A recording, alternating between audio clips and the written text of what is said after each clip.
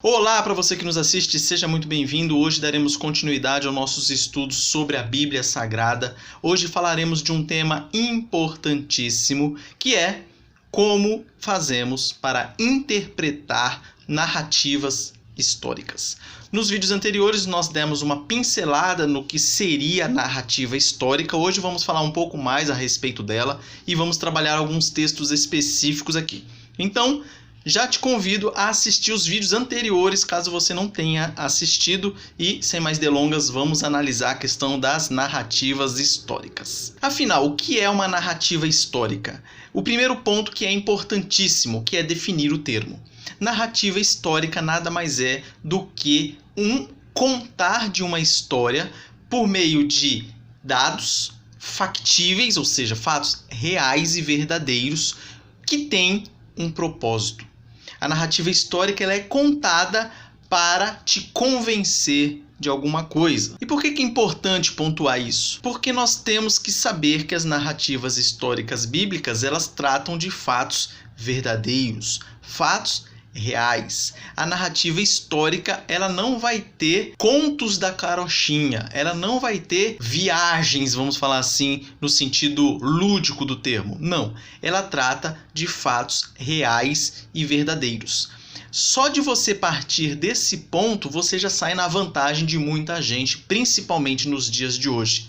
Muitas pessoas leem a Bíblia como se as histórias fossem mitos, histórias inventadas. E a gente vai ver que não é assim. Então as narrativas históricas elas podem ser contadas para a vantagem do próprio narrador, aquele que está escrevendo ou contando a história, a fim de registrar memórias, por exemplo, e por causa da audiência, daquele que vai ouvir a história, com o fim de ensinar, com o fim de entreter, com o fim de convencer. Essas são as principais formas pelas quais as narrativas históricas podem ser contadas.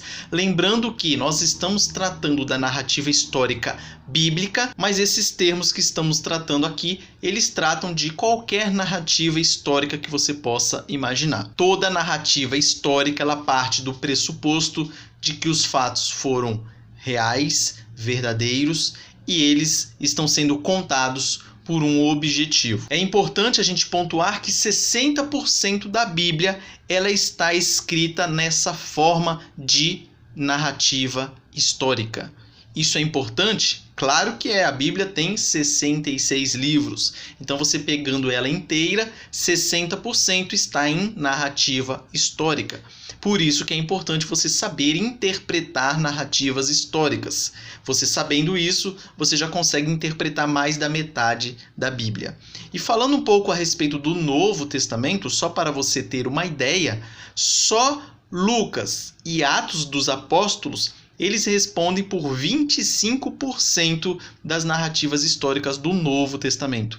1/4 do Novo Testamento. É claro que nós temos outras narrativas históricas nos outros evangelhos também, em outros livros do Novo Testamento. Mas só para você ter ideia de que esses dois livros respondem por 25%. É muita coisa. Então você já sabe que o assunto ele é muito importante. Nós temos que entender que na Bíblia as narrativas históricas geralmente elas vêm mescladas com outros gêneros literários, como genealogias, cânticos, provérbios, profecias, cartas, etc. Qual é a importância disso? Que a interpretação desses outros gêneros literários, eles vão ter as suas características peculiares. Então, se você está lendo uma narrativa histórica e no meio você tem uma profecia, essa profecia ela não vai ser interpretada da mesma forma como a narrativa histórica. Inclusive, eu acho que na semana que vem nós já começaremos a falar a respeito de profecia. Então, nos acompanha aí na semana que vem também. Dando continuidade, vamos falar um pouco a respeito da natureza, propósito e eficácia das narrativas bíblicas.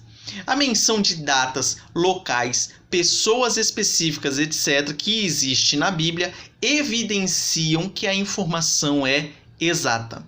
Não se esqueça de que tudo o que tem na Bíblia, ela tem a sua importância. Então, quando você tem lá nos relatos nome de locais, nome de pessoas, filho de não sei quem, amigo de não sei quem, quando você tem esses dados, eles são importantes. Esses fatos, eles evidenciam que a história é exata, que a história é real.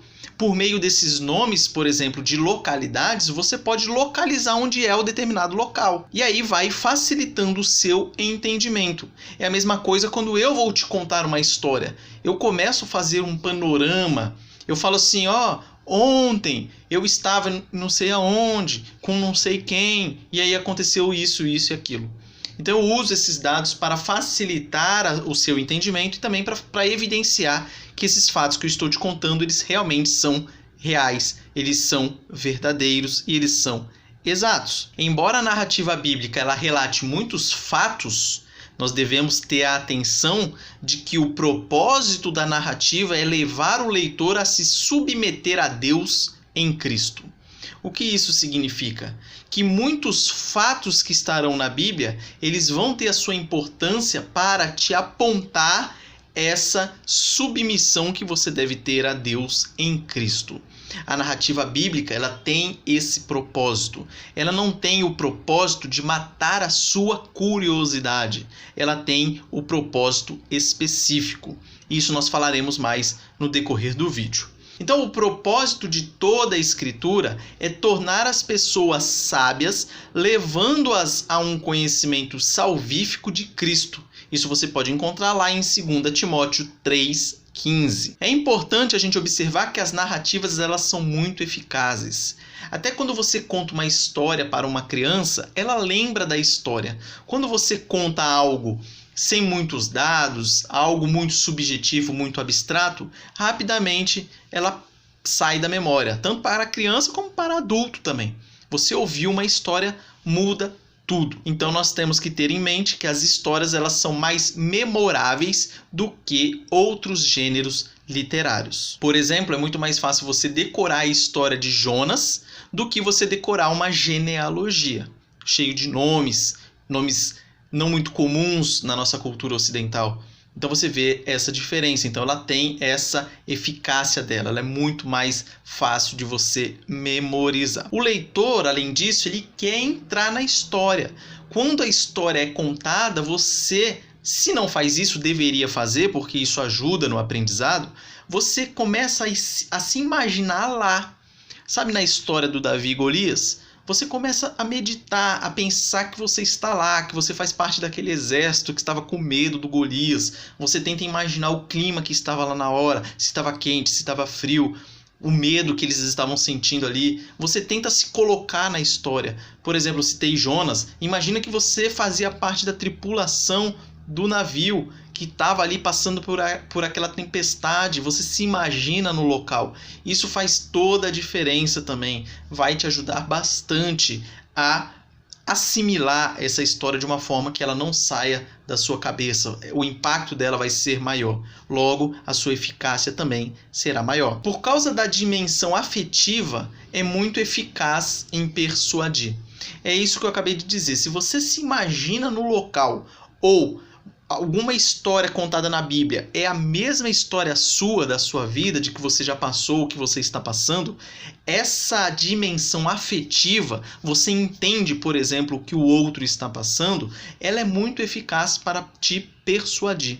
Porque a história é a mesma, e aí com ele lá aconteceu determinada coisa. Então você pode confiar que com você pode acontecer também a mesma coisa. Então a persuasão será bem maior. Com relação à história ou narrativa histórica, que é que nós estamos tratando, versus discussões abstratas formadas por proposições e termos, é claro que você percebe claramente que a história ou a narrativa histórica ela é muito mais eficaz do que essas discussões abstratas. Eu não sei se você já teve essa curiosidade, eu já, e foi terrível, de ver lá um filósofo discutindo com outro um assunto que eu nunca tinha visto e não fazia ideia do que era. Você fica voando, você fica viajando no que eles estão falando. Fica algo abstrato que você não consegue entender muita coisa. Diferente de uma narrativa histórica. Então você vê as vantagens que são a narrativa histórica. E é claro, se a Bíblia foi inspirada por Deus, ele sabe disso aí e ele colocou 60% da Bíblia em narrativa histórica, porque ajuda muito a gente entender a história, nós assimilarmos e nós guardarmos nós guardarmos na nossa memória. Algumas orientações para se interpretar narrativas históricas. É claro que ela tem os seus desafios. O primeiro desafio que nós pontuamos aqui é que os propósitos do escritor da história, às vezes eles estão escondidos. E às vezes você vai, ou no decorrer da história, ou com o tempo de experiência que você tem interpretando as narrativas, você vai conseguindo entender qual era o objetivo que o autor estava tendo ao escrever aquela narrativa. Isso é muito importante quando nós estamos tratando, por exemplo, da questão dos juízes, lá logo no início da Bíblia. Lá tem diversas narrativas de juízes escolhidos por Deus fazendo besteiras. E às vezes você só vai entender isso mais para frente. Mas então nós temos isso como um desafio, essa questão de às vezes não ficar claro qual é o propósito do escritor. Segundo, é que muitos detalhes da narrativa bíblica elas não são normativas. O que significa ser ou não normativa? Normativa, lembrem de ordem. Então, nem todas as narrativas históricas, nem tudo que está narrado ali é para você cumprir literalmente do jeito que está ali. Muitas vezes está apenas contando o que aconteceu. Não que aquilo é bom ou ruim, não está fazendo juízo de valor. E muitas vezes não está te ensinando absolutamente nada. Está apenas servindo de base para que você entenda outra coisa. Vai ficar mais claro com o exemplo. O primeiro exemplo nós encontramos lá no Evangelho de Lucas, capítulo 2, versículo 7. O exemplo lá que eu vou contar, o próprio autor ele diz no livro que nós estamos usando como base, 40 questões para se interpretar a Bíblia, ele diz que ele foi numa palestra e lá o palestrante estava falando a respeito de criação de filhos e ele falou que você não pode deixar o seu filho, o seu bebezinho, dormindo junto com você na cama, com o casal. E o ideal é você colocar ele no berço. E qual foi a justificativa dele? Ele apelou para esse texto. E o que diz esse texto? E ela deu à luz o seu filho primogênito, enfaixou-o e o deitou numa manjedoura, porque não havia lugar para eles na hospedaria. Aqui trata do nascimento de Jesus. Então ele pegou essa parte, deitou ele numa manjedoura. Então ele tentou usar isso como argumento para falar que o certo é você colocar o seu bebê, o seu filho, para dormir num berço e não junto com você. Tá certo isso que ele falou? Pode até estar dentro da perspectiva científica, talvez, sei lá. Mas, biblicamente, não. Ele usou um texto fora do contexto. Ele tirou um ensino fora do contexto. Isso é perigosíssimo. Por quê? Porque o próprio texto ele continua. Ela deitou, ou seja, Maria deitou o seu filho numa manjedoura, Jesus numa manjedoura. Por quê? Porque não havia lugar para eles na hospedaria. Simples assim. E o que quis dizer esse texto? Por que tinha esse dado ali no texto? Dele ter ficado numa manjedoura, que era o local para alimentar os animais. Para mostrar a origem humilde de Jesus Cristo. Simples assim. Tem nada a ver para ensinar bebê a dormir fora da cama. Mesmo porque, na sequência, veja o que vai acontecer aqui no capítulo 11 do Evangelho de Lucas, no versículo 7. Lá trata da parábola do amigo importuno, aquele amigo que bate na casa do outro na hora que o outro já está dormindo. E aí vai dizer o seguinte, o rapaz ou o homem que está dentro da casa disse assim pro que está importunando ele lá do lado de fora: não me importunes, a porta já está fechada. Ou seja, escureceu, fechou a porta, é a noite. E os meus filhos comigo também já estão deitados. Não posso levantar-me para tos dar. Ou seja, você vê nesse exemplo que os filhos estavam dormindo juntos com eles. Se você imaginar que na época lá antiga as casas eram bem pequenas e os casais tinham muitos filhos, não era de se espantar que todos dormissem no mesmo local. Então você vê que o ensinamento de que é para deixar o filho num bercinho não tem fundamento bíblico nenhum. Então por isso que nós temos que tomar cuidado com esses detalhes que não são normativos. É claro que tem uns que são normativos. Nós veremos aí mais para frente. A interpretação de narrativas ela não deve ser simplesmente a reiteração dos fatos. O que seriam essas reiterações dos fatos? É como se fosse um jornal contando a respeito de alguma coisa. No dia tal, no dia tal do mês tal do ano tal, aconteceu tal coisa. Pronto. Isso seria uma narração, uma reiteração de fatos. Porém, A narrativa é diferente, porque os fatos eles são incluídos na história, eles são agrupados e eles são comentados com o propósito de convencer o leitor de alguma verdade. Então, é como eu disse no começo, a respeito da história que eu estava contando. Ontem eu estava em tal lugar fazendo tal coisa. Quando eu vou falar esses detalhes para a pessoa, eu estou querendo dar uma incrementada para que a pessoa perceba que o que eu estou falando é verdade.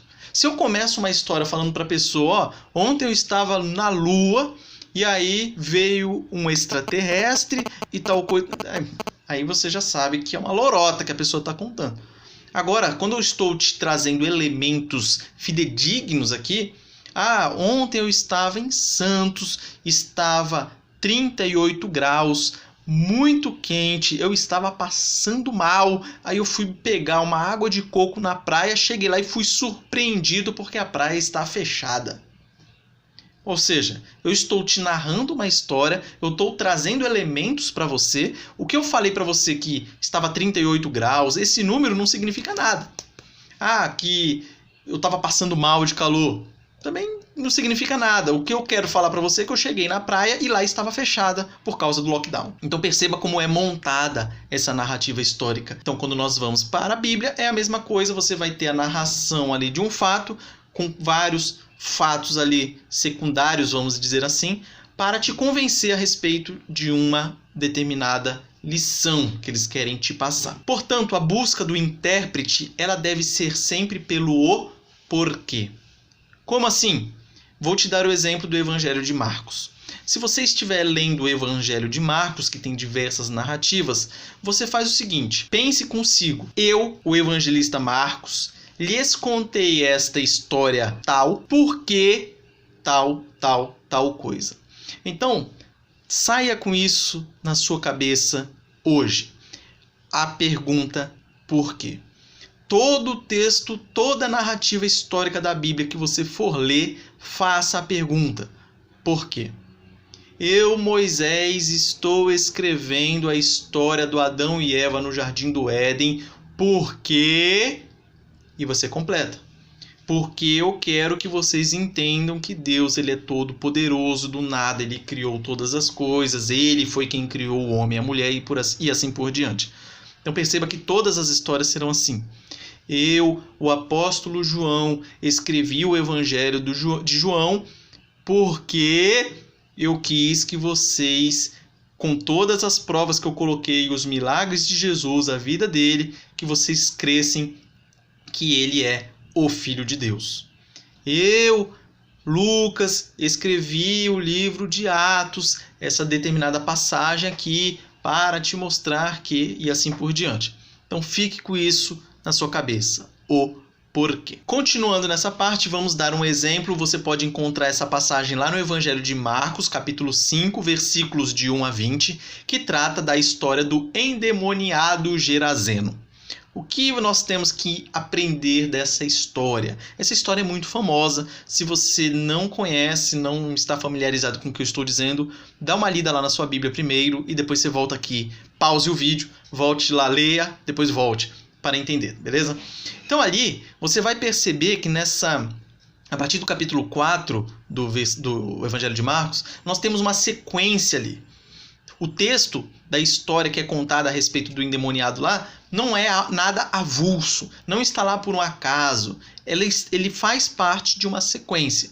Então você pode observar lá que temos uma sequência que demonstra a autoridade de Jesus, primeiro sobre a natureza, você vai encontrar isso no capítulo 4, depois a autoridade de Jesus sobre os demônios, isso no capítulo 5, depois a autoridade de Jesus sobre a enfermidade, você encontra isso no capítulo 5 também, e depois sobre a morte. Então você tem uma sequência de narrativas históricas e que mostram a autoridade de Jesus Cristo sobre determinados eventos. Então os detalhes da história, eles só reforçam a força de Jesus Cristo.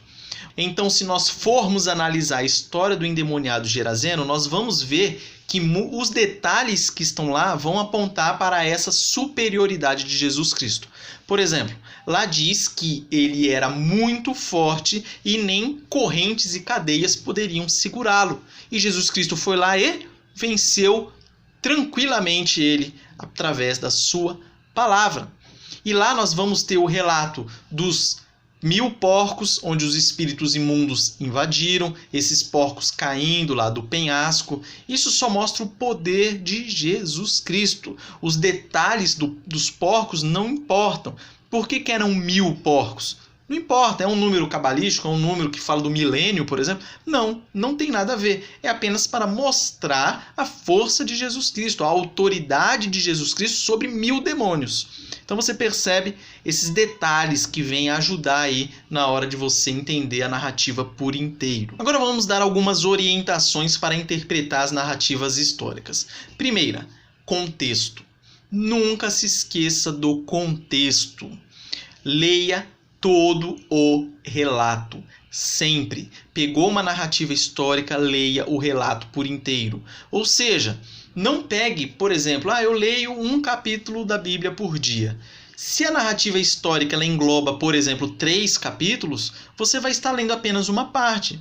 Vai faltar o contexto inteiro, o contexto histórico ali. E isso é importante, pode fazer com que você interprete equivocadamente. Então, lembre sempre, contexto. O contexto ele é importante. Leia todo o relato histórico. Além de você ler todo o relato de determinada passagem, é importante que você saiba o contexto do livro por inteiro. Por exemplo, logo no primeiro capítulo e no primeiro versículo do Evangelho de Marcos, eu peguei aqui a tradução NTLH, que eu achei mais fácil de entender, ele vai dizer o seguinte: a boa notícia que fala a respeito de Jesus Cristo, Filho de Deus, começou a ser dada.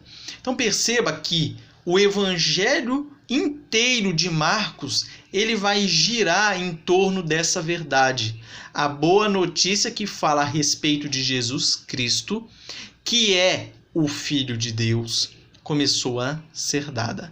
Então perceba que tudo que está tratando na narrativa histórica de Marcos se refere a apresentar Jesus como o Cristo, como o Filho de Deus. Isso é importante que você tenha em mente. Todo o livro da Bíblia, se você souber o contexto dele, isso vai facilitar muito. E aí você me pergunta, mas como é que eu faço para saber isso? Às vezes vai estar no próprio texto, como esse que eu acabei de te mostrar, mas uma Bíblia de estudos ajuda muito. Geralmente no início ela vai falar um pouco a respeito do contexto do livro. Isso vai te ajudar. Hoje em dia pela internet também você pode procurar e facilita. Então você está fazendo sua leitura bíblica, vai entrar no livro de Atos. Entre lá no Google e procure qual é o contexto de Atos, sobre o que ele vai falar e tudo mais. O único risco que você corre é de pegar alguns intérpretes aí ou algumas pessoas que falem algumas coisas erradas a respeito do propósito e do contexto do livro de Atos. Mas, não tendo outra opção, talvez isso vá te ajudar. Além disso, além de você observar o contexto, que é muito importante, procure, na hora de ler o texto, resumos do autor. O que seriam esses resumos do autor? Vejam lá em Marcos 7,19. Quando Jesus estava tratando a respeito dos alimentos, falando que os alimentos que o pessoal estava comendo não era o que contaminava o homem e tudo mais, ele termina narrando o seguinte: e assim considerou Jesus Cristo puros todos os alimentos. Isso é a dica do narrador da história. Então, o evangelista Marcos, na hora que ele escreveu isso aqui, ele está te dando a dica. Ele está dando um resumo para você. Então, isso que Jesus disse, ele considerou limpos ou puros todos os alimentos. Outro exemplo, lá em Marcos capítulo 3, versículo 11.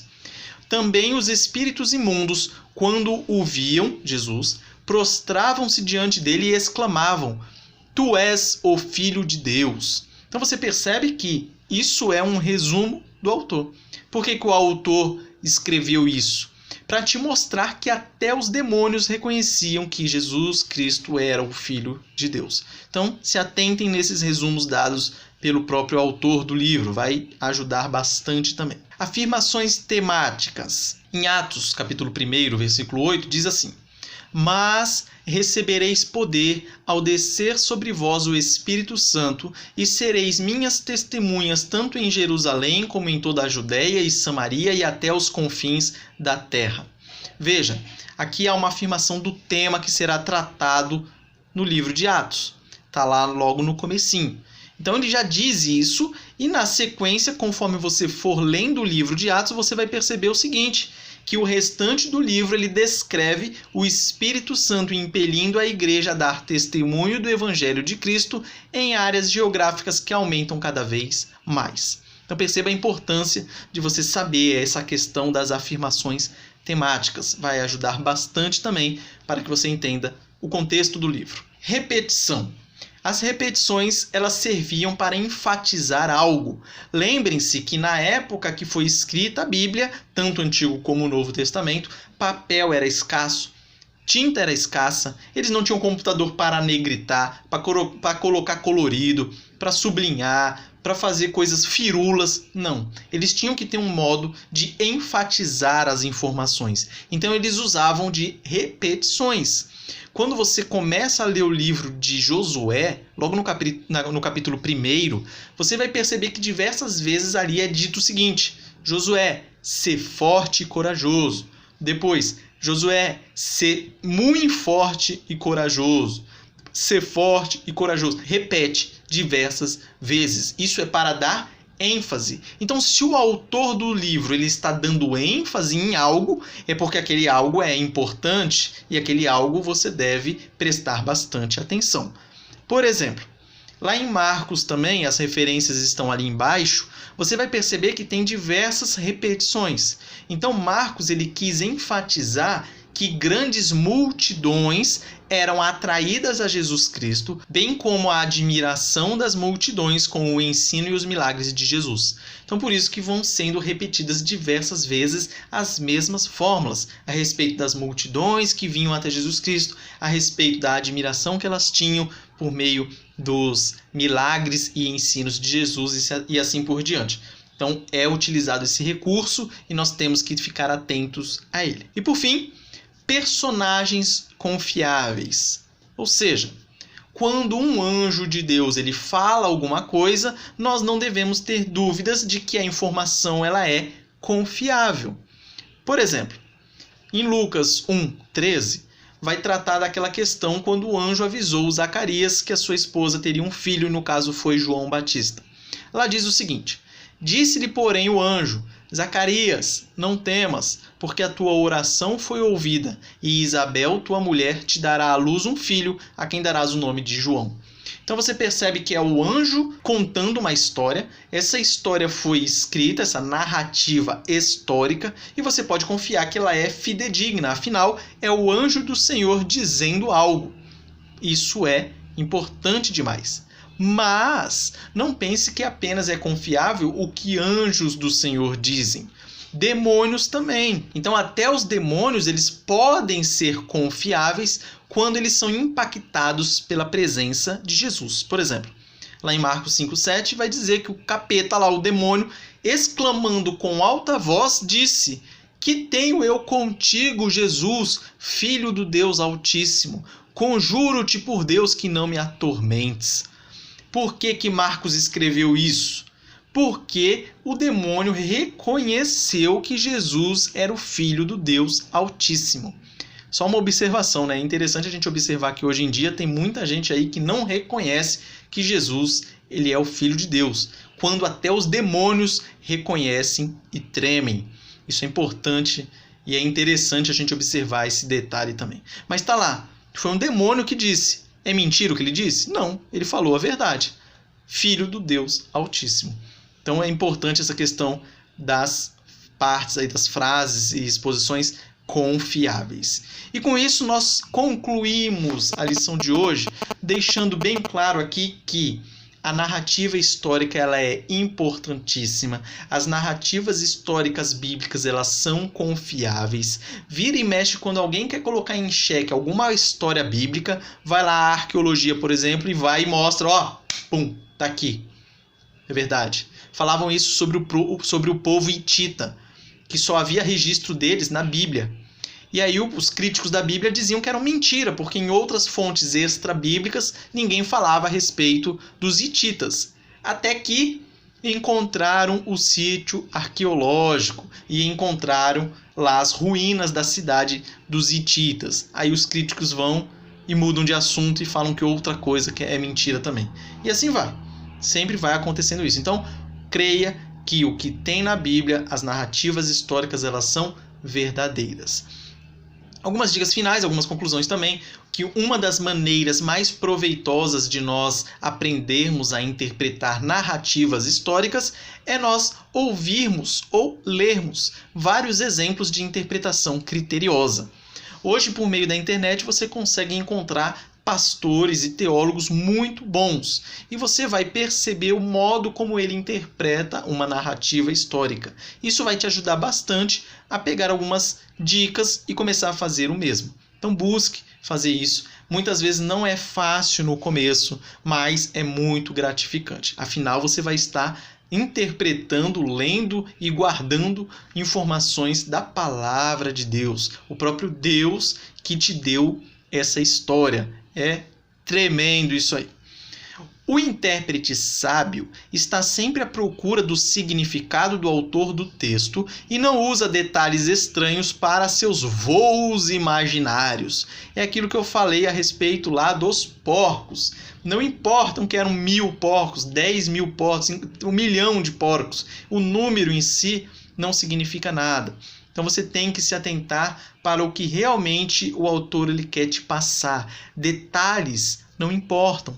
Por exemplo, quando Josué foi invadir Jericó, a prostituta Raabe, ela precisou amarrar lá um paninho vermelho lá na janela da sua casa para que os israelitas não a matassem, porque ela tinha abrigado os espias na casa dela. Então, não adianta você querer descobrir significado para esse lenço. Por que era um lenço? Por que era vermelho e não azul? Será que significa o sangue de Jesus na cruz? Não, não tem nada a ver. Era um pano que é visível de longe, um pano vermelho. Um lenço vermelho. É mais fácil de ver. Não tem motivo nenhum. Então não tente achar significados nessas coisas secundárias que na verdade estão lá apenas para te ajudar a compreender melhor a história como um todo. Geralmente, essa habilidade de interpretar narrativas históricas ela é mais aprendida do que ensinada. Por exemplo, eu te falei aqui um monte de coisa nesse vídeo. Você também pode ter estudado já por conta própria, visto o vídeo na internet, lido livro a respeito.